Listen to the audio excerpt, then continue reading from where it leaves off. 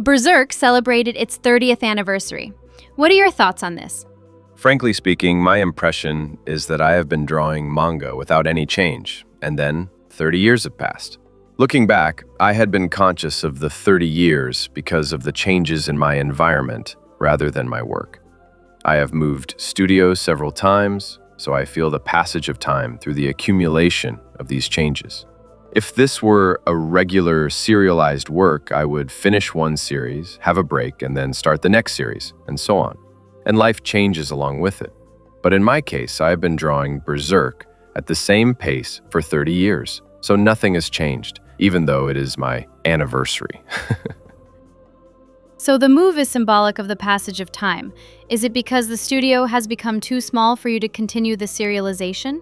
That is part of it, but the main purpose is for a change of pace. I don't have time to travel, so I change my place of residence once in a while to get a taste of the area instead of going on vacation.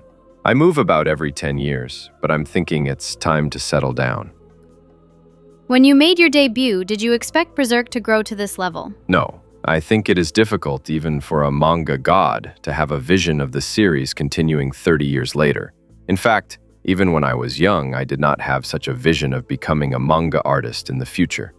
Even now, I may have the same outlook as young manga artists just before his or her debut. I always keep working on the work that is in front of me, and that is probably why I feel the same way now as I did 30 years ago.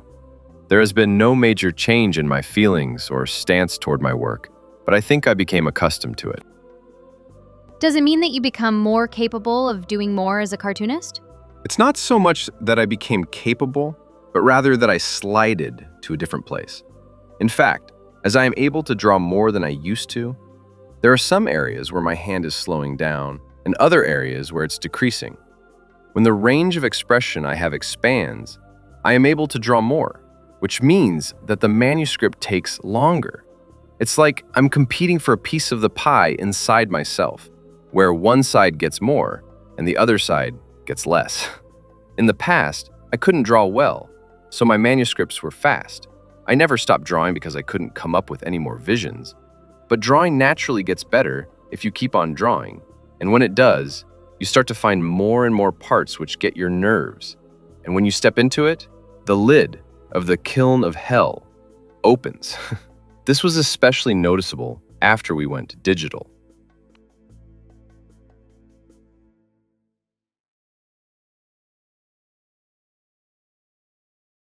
Have you changed the way you draw or think since you switched to digital?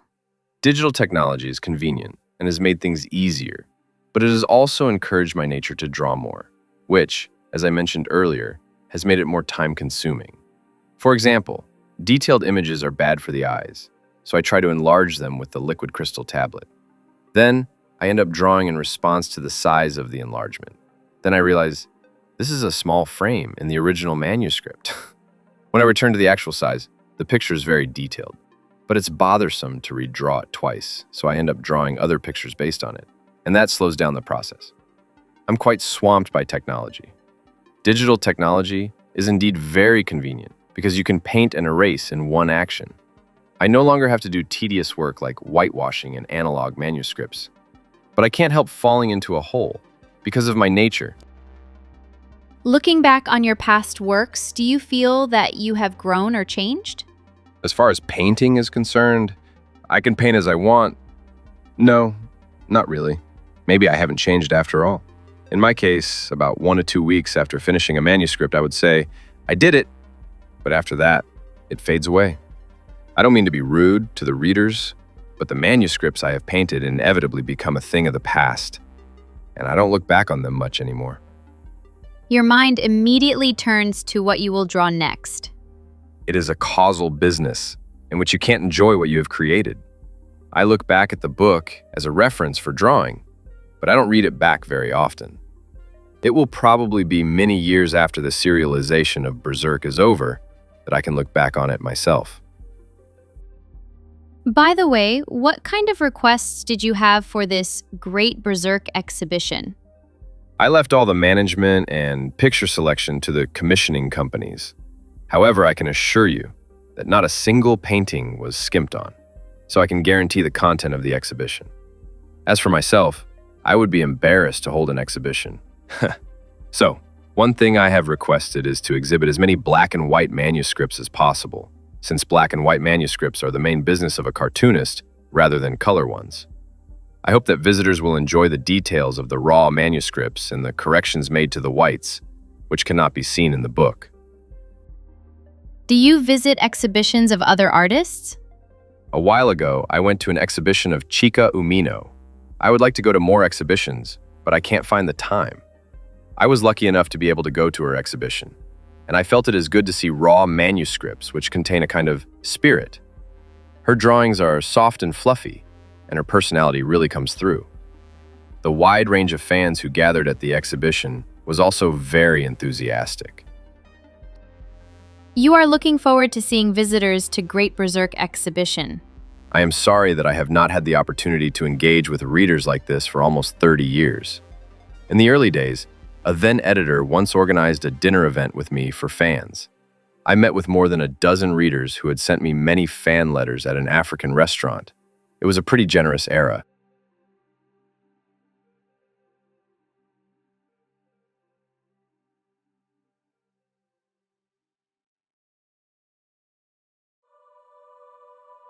How do you think and what process do you use to create your color manuscripts?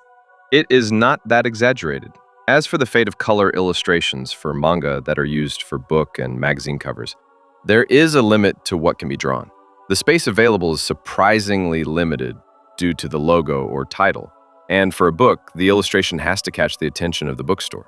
So it is inevitable that I have to fill a lot of the screen with characters. Many manga artists try to draw the main characters of the book as large as possible. I have always liked the oil painting style of Frank Frazetta and Noriyoshi Orai. So, my coloring style is in that vein. In the beginning, I used oil paints, but they dried very slowly, so I primed the canvas with oil-based paint and painted with translucent Liquitex.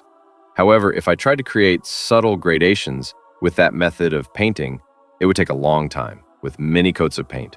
In other words, it was difficult to create skin tones for children and girls, and was not suitable for cute characters. Inevitably, I ended up painting more characters like Guts, who swung for the powerful. Nowadays, I can say that this is part of the flavor of the work. Most of your pre-digital color paintings were done on canvas, but there are rare watercolors as well. Watercolors are much simpler than oil paintings. I just make lines like a croquis and color them in with watercolors.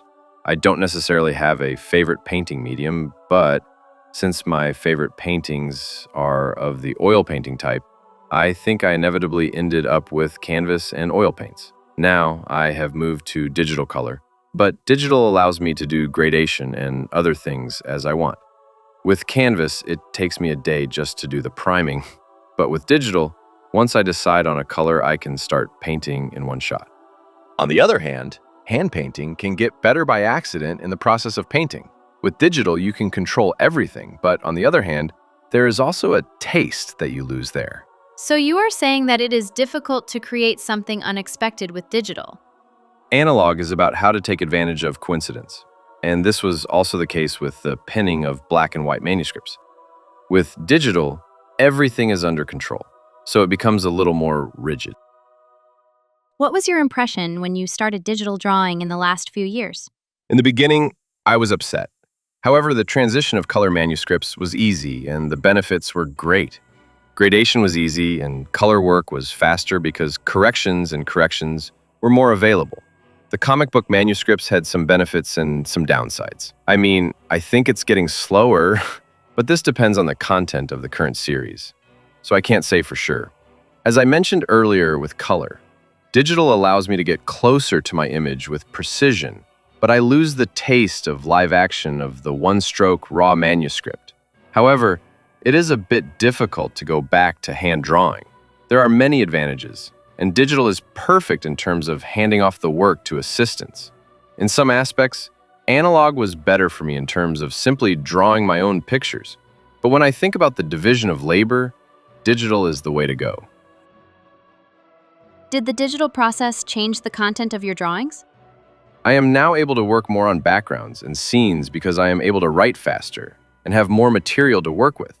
These are things that I would normally like to spend more time on, but I didn't have that time when I was hand drawing. The landscapes of Elfhelm and fairies that I have been working on recently are impossible to draw without digital technology. In the past, I used to collect photographic materials, but it took a lot of time and effort because I could not draw them as they were. After all, whether digital or hand-drawn is better is a matter of preference for the viewer. What I think is a problem for me now is how to put the vigor of the old days into the digital format. Digital lines are so smooth that it's difficult to get the feel of a rough brushstroke. Maybe I just don't know the tools. It seems like you have a very different approach when it comes to the feel of a brushstroke. A brush really does change its expression from moment to moment, and it can be interesting or disturbing. The same is true of the nibs. Some nibs are quickly ruined, while others last for a long time. Anyway, the encounters are random, and we have no control over them. Even among the set of nibs I bought, there are some that are hit or miss. Digital nibs always produce a flat line, but there is no such thing as the ultimate round pen, which is a rare encounter.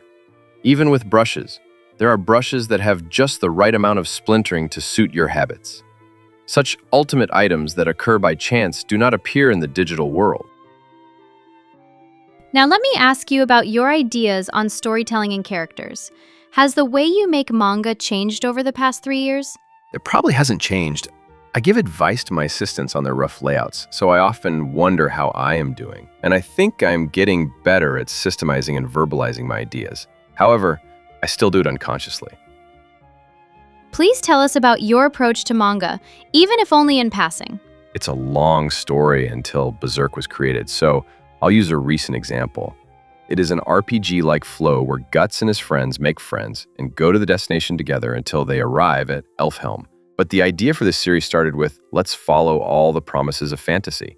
When they get to the sea, we'll take out all the famous fantasy elements, pirate ships, ghost ships, kraken, mermaids, and create a skeleton and make them landmarks. We would then create how the characters we had developed would operate within the framework. After the characters are developed, we rely on the framework of the story. But until then, it is a process of trial and error.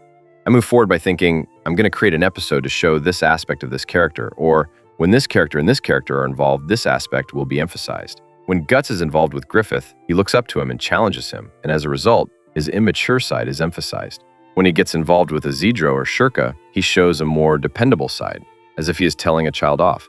Like this, the multifaceted nature of the character comes out. The basic idea is, how do I want to show Guts? And the characters are placed accordingly.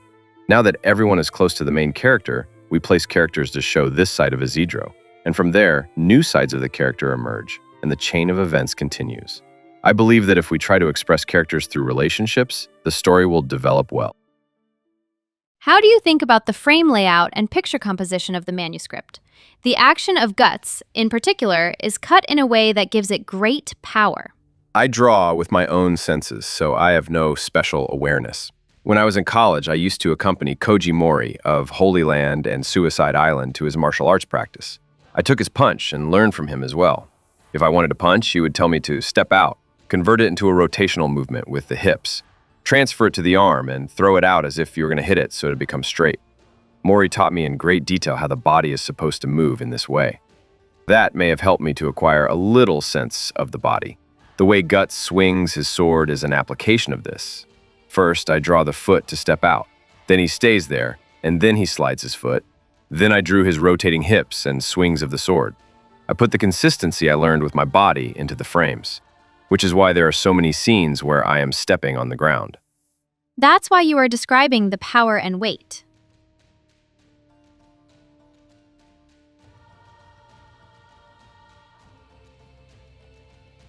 Another factor is my own childhood experience.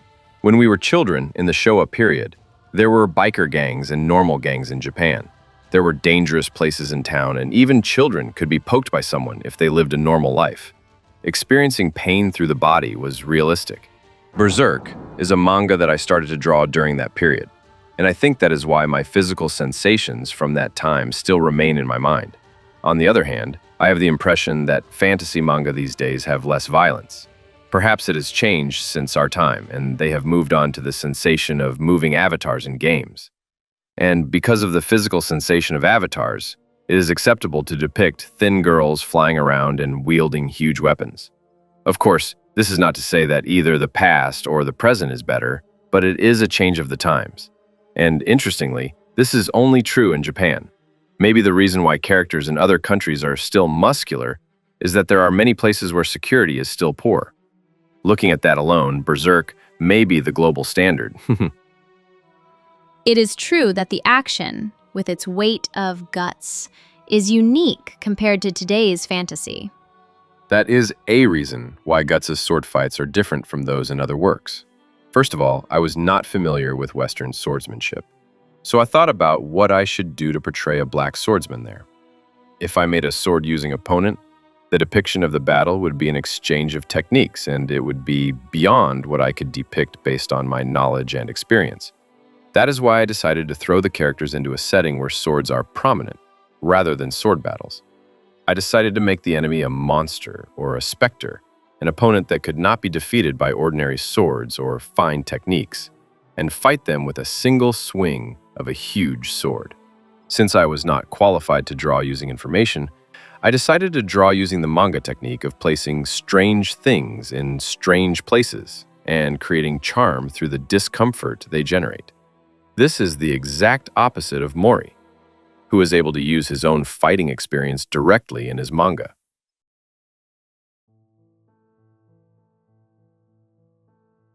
Next, please tell us about your daily writing schedule. I heard that during the Golden Age arc, you were drawing day and night in reverse. I have become a bit more of a morning person since then. I wake up around 9 to 10 a.m., do an hour of muscle training or walking, and start work by 1 p.m.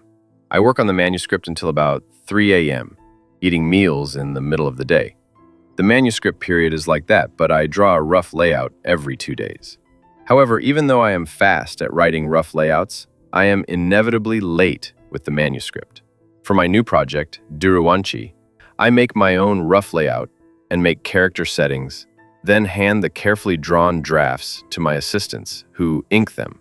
This one seems to be able to be serialized, so I feel confident that I can do other serials after Berserk if I follow this way. What do you particularly enjoy drawing or are interested in drawing at the moment? The things that are fun are always hard. Drawing guts is still fun, but it is also the guts that take the most time, especially the armor of the Berserker armor. And of course, I have to draw all these by myself. In the current series of Berserk, there really isn't much that I can leave to others. I can leave buildings to assistants, but the people, as well as soft things like mountains and forests, inevitably show the habits of the person who draws them. How do you separate what you draw by yourself and what you leave to your assistants? Basically, I hand buildings over to assistants. For the reappearance of mobs that have already appeared once, or Elfhelm, the children of magicians, there are cases where I draw a proper sketch and leave it to them, and other cases where I draw it myself. If it is a small drawing that does not take much time, or if it is a special pose, I draw it myself. I don't want to spend a lot of time on preliminary drawings, so I start directly inking them. Then there is no time to hand them over to an assistant. Once I have sorted out how to draw with Duruwanshi, I may be able to change the way I work in the future.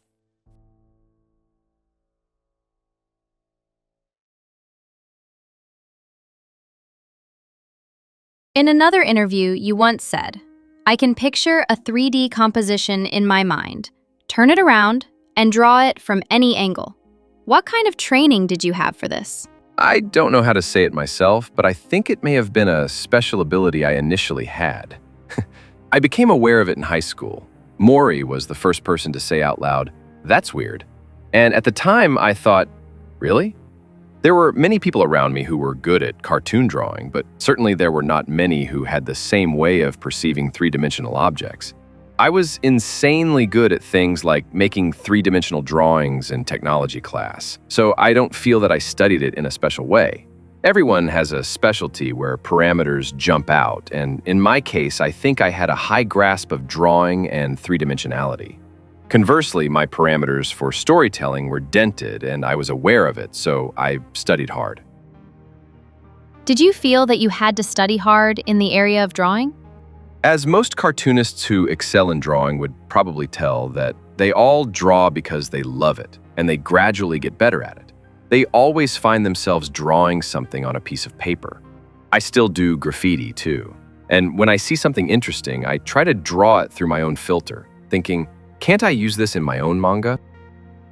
When you filter something, I think you're aware of your own flavor. Do you have something like that in your case? There are many ways to do this, but I think it is probably the construction of a line of reality in the light novel-like unexpected parts of the story.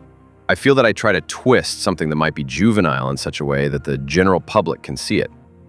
I think I am good at generalizing something maniacal that can only be understood by a specific group of fans so that it can be seen by a major group of people.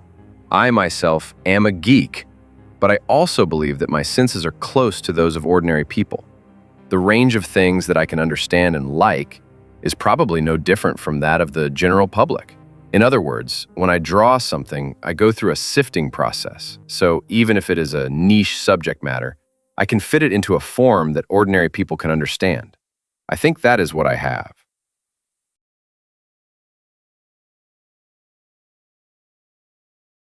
What is the most impressive painting among the works in this exhibition? The one that comes to mind immediately is the pinup of volume 34, where Guts' face peeks out from the berserker armor. It may have left a strong impression on me because it was right around the time when the image of Guts in the berserker armor had become firmly established in my mind. It took me a lot of effort to create the berserker armor. The armor became Guts' second major weapon after the Dragon Slayer. If a manga is continued for a long time, there will definitely be an inflation of power and techniques.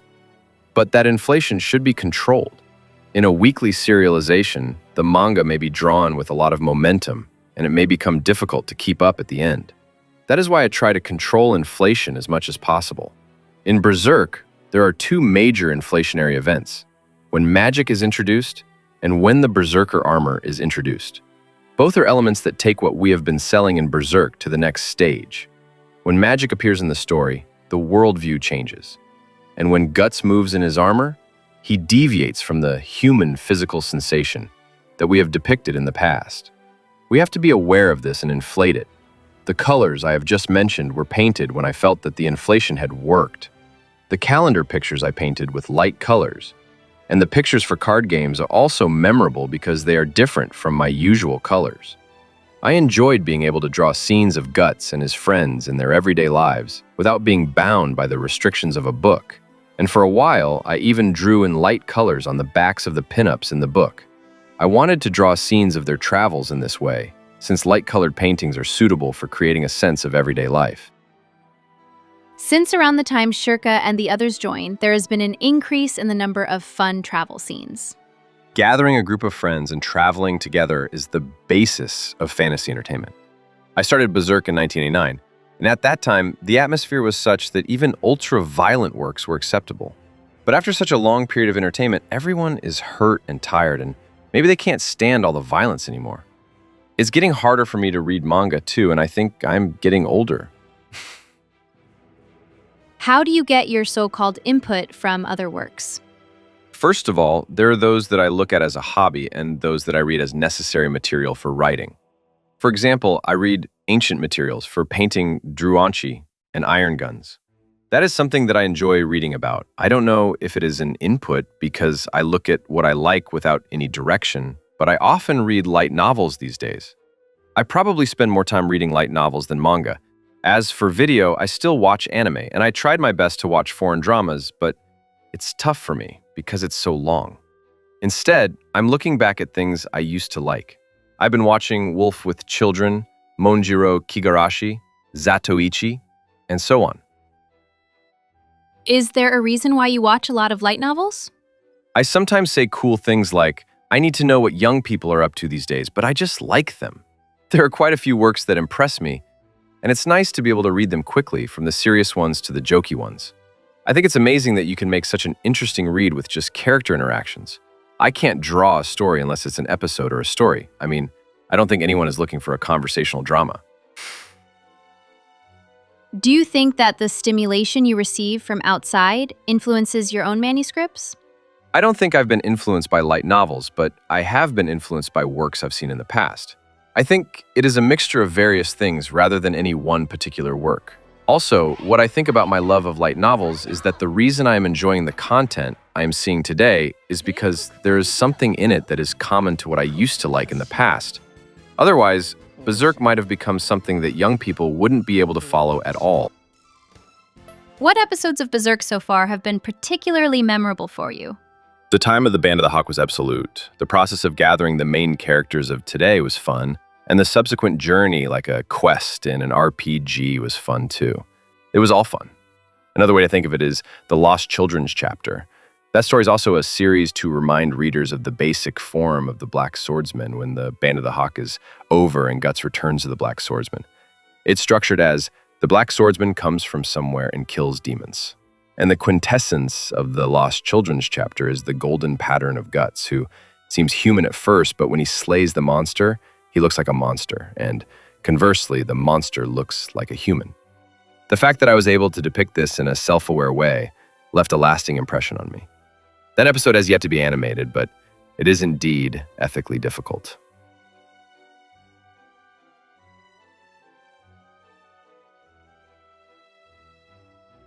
There were various developments during the serialization, such as the anime adaptation you just mentioned. Is there anything in particular that you remember? What sticks in my mind the most is when the manga became a hit when it was first made into an anime, 1997, Kenpu Denki Berserk, and I saw a stack of copies in a local bookstore. It felt somewhat flouting and unreal. I think it is an event that I will never forget, because I think it takes a really lucky person among manga artists to be able to have that kind of experience.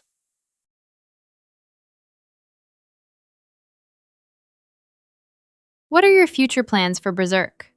The story of Berserk begins to fold from here. The confrontation between Guts and Griffith, the God Hand, etc. will come out more and more. I know it has been a long time coming, but please look forward to it. We are also deciding on the landmarks for future developments. I have already decided on the second half of Elfhelm, so I will start drawing there first. What are your current goals as an artist, and is there anything else you would like to challenge yourself with besides Berserk? It is really after Berserk is over. I am feeling a good response from Duranchi, so the first thing I want to do is to draw Duranchi properly. Of course, there are many other genres I would like to draw. I always have a spontaneous desire to draw fantasy and science fiction, which were the favorites of my generation, and I doodle during breaks. Lately, my boom is thinking about transforming systems for transformable robots. It's my favorite 80s transformation, with the proper consistency of the parts. I don't know if this can be applied to manga or not at all. After 30 years as an artist, have your impressions of the manga world and its readers changed? This is true not only for manga, but for Japan and the world as a whole. But what is popular and what is demanded changes every few years. I am amazed that Berserk has lasted 30 years. So there's something I feel a little sad about. I entered this world because I admired artists who drew excessively in the 80s, such as Hokuto no Ken and Akira. But I have the impression that this line of work is now pretty much dead. While Mr. Hara has been active for a long time, it is hard to find young artists who choose the same line. Maybe I can do it because there are so few people. But it is indeed sad to be one of the last dinosaurs. However, young people see things differently than we do, and perhaps they want something more stylish in their manga. I think that in an age when manga is so saturated, the first priority is readability and ease of entry. For me, manga is not about readability. It's about awesomeness. I thought that the difficulty of reading was part of the appeal of the work. And I grew up as I was. However, I do not know how values will change in the future. I myself am not interested in so-called trends at all, and it may simply change based on whether I like it or not. What are some of your likes that have changed over the past 30 years? I sometimes like things that did not exist in the past and were born recently. That's exactly what I do with light novels. The works that I have liked for a long time remain my favorites. I have gained more life experience, so I am able to understand the emotions of the characters and understand the meaning of movies that didn't ring a bell in the past. The part of me that is my bone of contention has not changed. Perhaps the reason why I like light novels now is that I find in them the same elements that I liked in Rumiko Takahashi's works in the past. Of course, there were science fiction and fantasy novels in the 1980s as well. Since those early days, they have become softer and softer, and fantasy has become more familiar, such as school and reincarnation stories. There is not much demand for complicated fantasy, or perhaps readers are so stressed nowadays.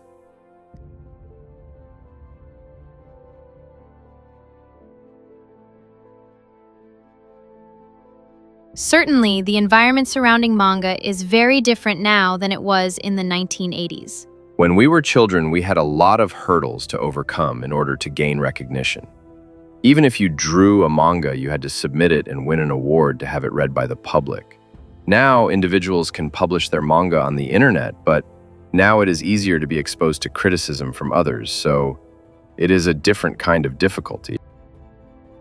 What do you have in mind for the next 40th anniversary? I want to stay healthy. I have recently become acutely aware that my body can no longer sustain the same lifestyle as when I was younger. I take much more care of my health than I did in the past, but even so, my physical strength has been declining. And when I do muscle training and walking for my health, it cuts off my writing time. I am sorry that Berserk has slowed down because I cannot be as reckless as I used to be, but I am doing my best to make it last longer. The Great Berserk exhibition is attracting a lot of overseas fans. How do you feel about the fact that this fantasy work is also enthusiastically received overseas? I don't have much of an image of foreign readers in my mind, but from the very beginning, I always wondered if fantasy drawn by Japanese people would be accepted overseas. I have wondered since the beginning whether it is the same feeling as Japanese readers enjoying a fake historical drama created by a foreigner, including the sense of discomfort, or whether it would be accepted as a full-fledged fantasy. This remains to be seen. However, in order to make the work more acceptable to a wider audience, I used Disney's works as references when creating the worldview. Instead of setting a specific country or time period, I used the theme of once upon a time in a certain place. Another thing I was careful to do was to convey Guts' situation and actions as an abnormal situation in that world as well. I wanted to create a stateless stage by using the Disney fable storytelling method, which is common throughout the world. On the other hand, I think it would be better received overseas if I pushed out Japanese-style elements such as ninjas and samurai. In the 30 years since then, there have been many Japanese works that have been appreciated overseas. I am wondering what position Berserk is seen as among them. However, I strongly feel the passion of overseas fans. So I would like to continue drawing something that can respond to that.